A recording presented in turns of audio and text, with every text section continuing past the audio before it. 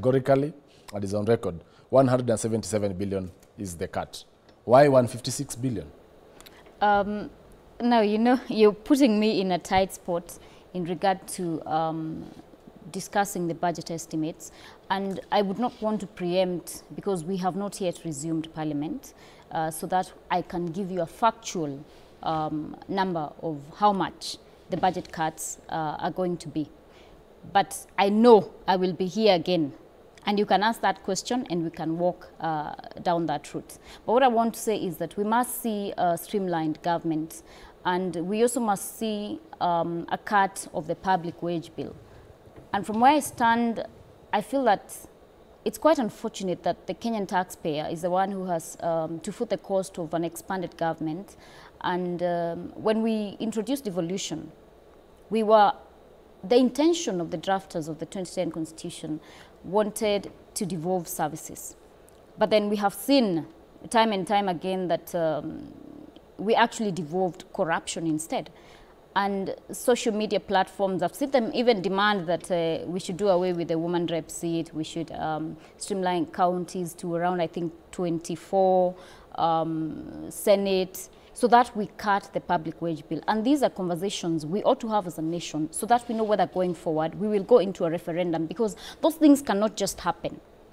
The county representative seats, Senate, governors, it is all in the 2010 Constitution. So if we really want to go down that route, then we ought to have a conversation whether, when we're holding the general election in 2027, we want to have a streamed down government so that we can cut on the cost of the public wage bill.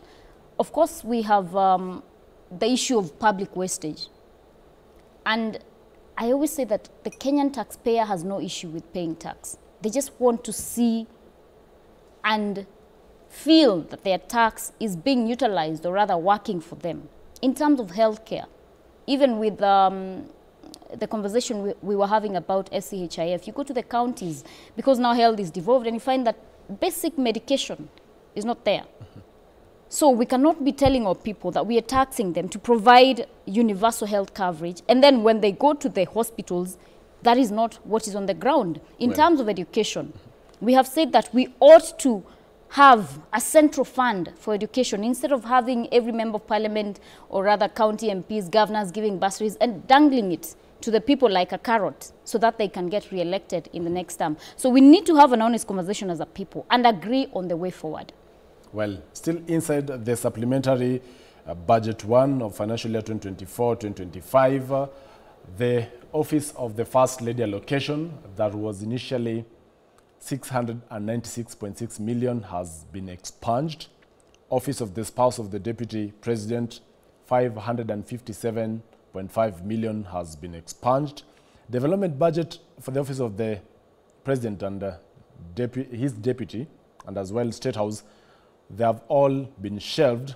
Office of the President, DP, Prime Cabinet Secretary, and State House is now 11.31 billion Kenya shillings, and there is a slash of 9.35 billion Kenya shillings, which is equivalent to 45.6%. NIMO. I can still see there is an allocation there to the Prime Cabinet Secretary. There is a concern. Do you feel that office should still be scrapped?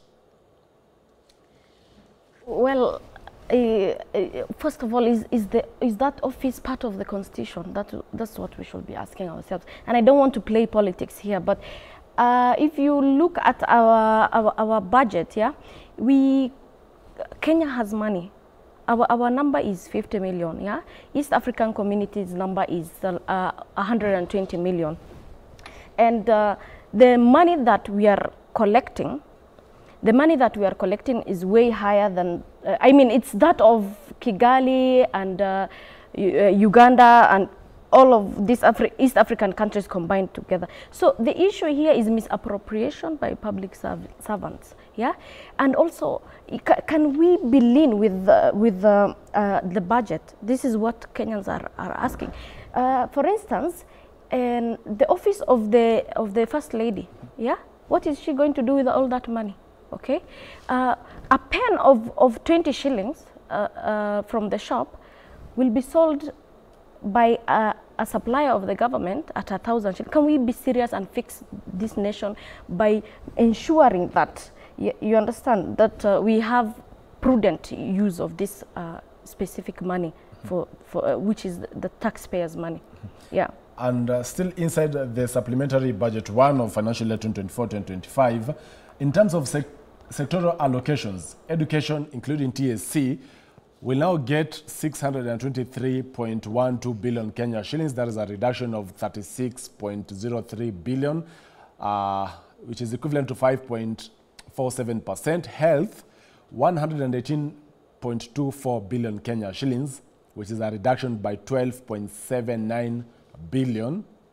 That is equivalent to 9.76%. Agriculture, 68.84 billion Kenya shillings is the proposed allocation for this financial year, and there is a cut there of 7.71 billion Kenya shillings, equivalent to 11.63%.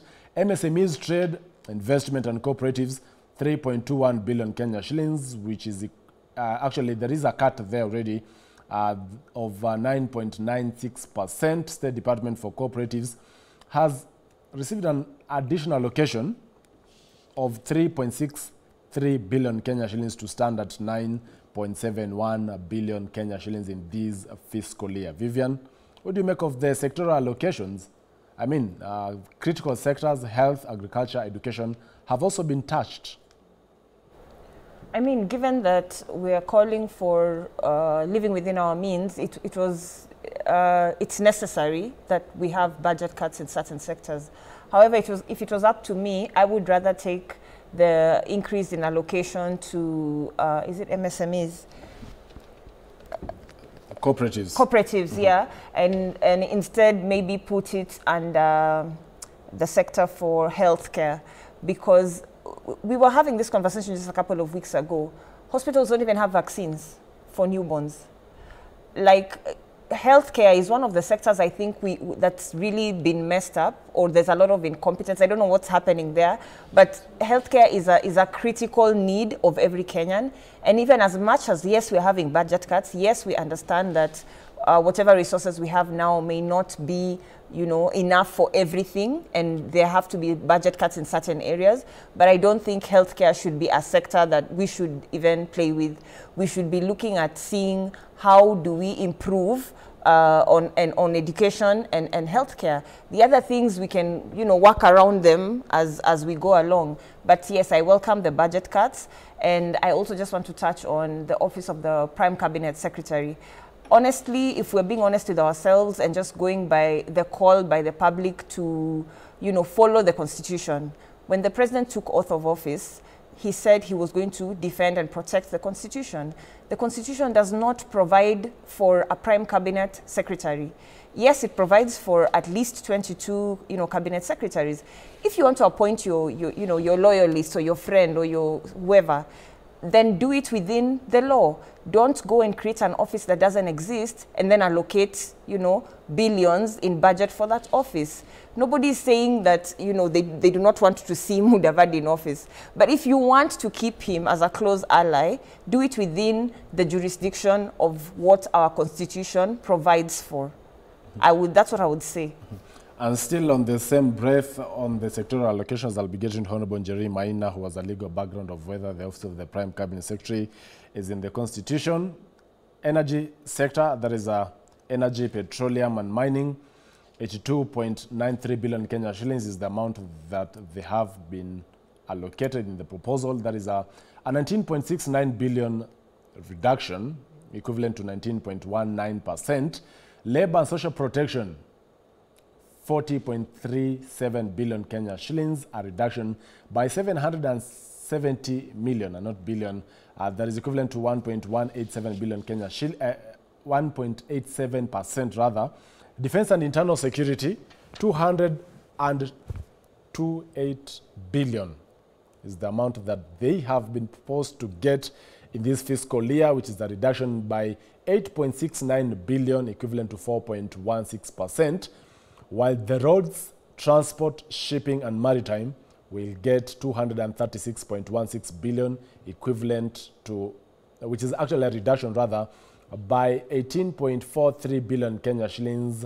That is a 7.24%. Honorable Njeri Maina, even as you touch on the sectoral allocations that have now been proposed in the supplementary budget. One, touch about the issue of the prime CS. I mean, you have a legal background. The other day, you are also made, or you are now a commissioner for oaths. Congratulations. Thank you. You know, I recall a time when you hosted me with a good friend of mine, and you really put him on the spot to the point where he got agitated. But what I want to say is that, first of all, let me respond in regard to the health sector. Like I've said, we devolved healthcare. So, of course, the only funding or rather management that the national government does is level 5 hospitals. And when the money is appropriated and Treasury sends the AIs to the counties, they're not sent in terms of perhaps maybe a specific AIE that this is for healthcare, this is for etc. What happens is that the county assembly sits and then they work on a budget, just like the National Assembly works on the national budget. They work on a budget for the county. So it is also important for counties to prioritize healthcare and to also ensure that they have adequately equipped facilities at county levels.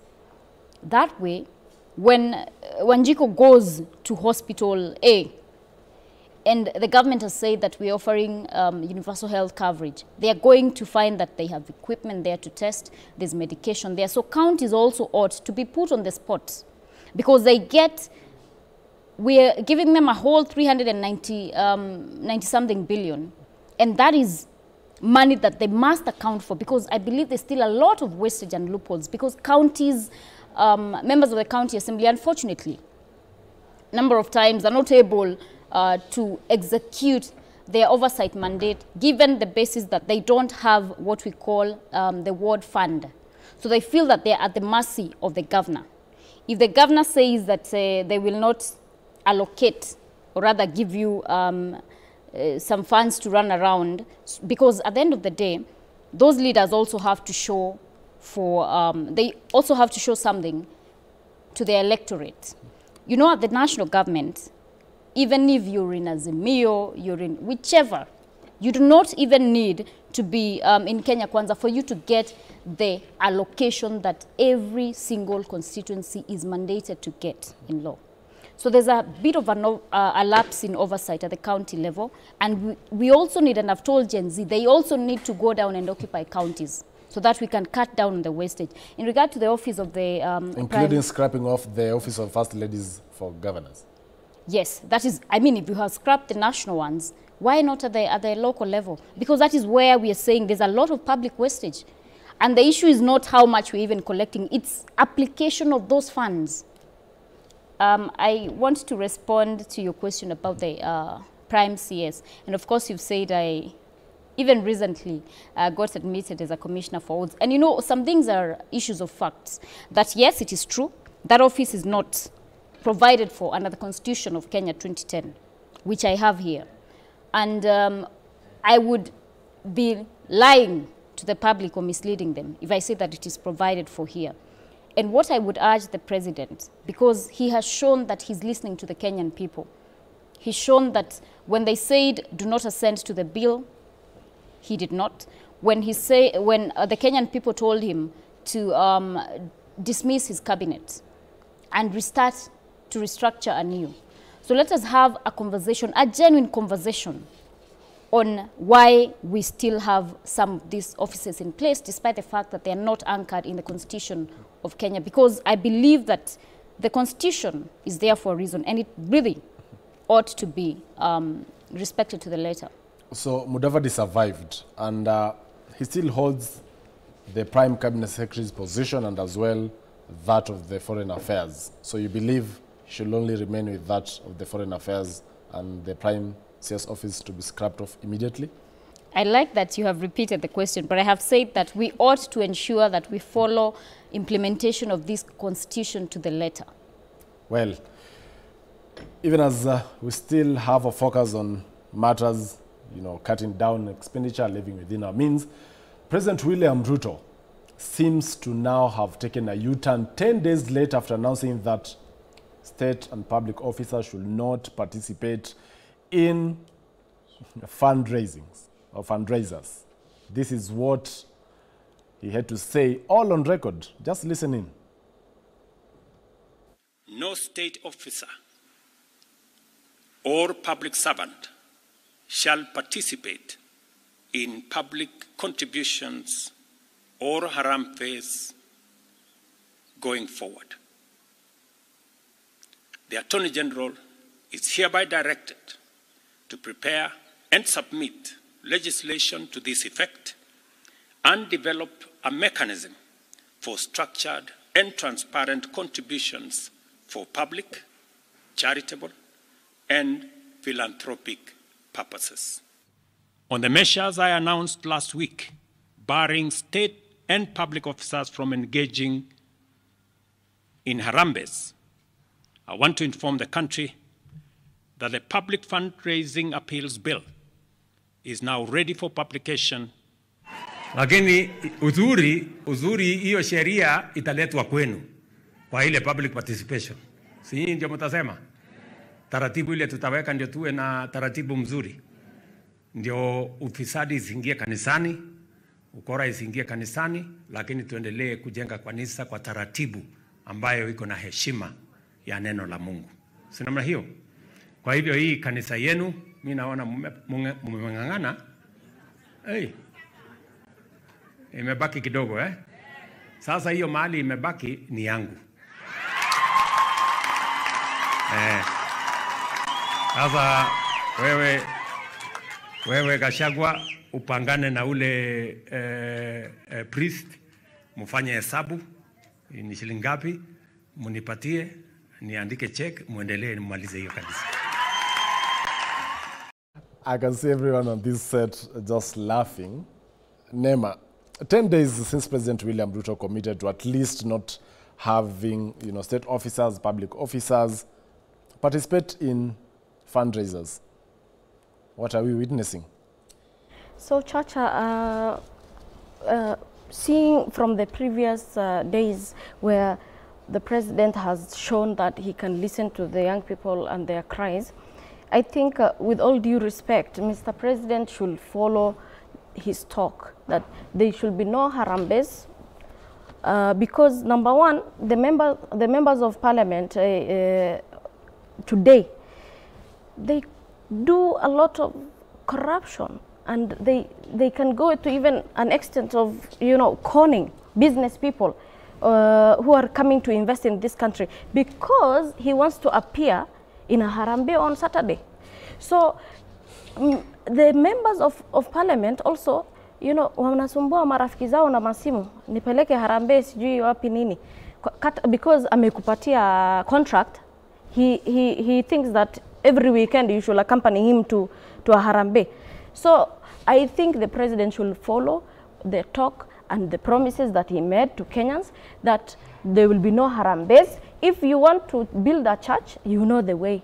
We have foundations, you can do it on a personal level, lakini hii maneno ya harambees sisi kama Gen Z tunasema hapana.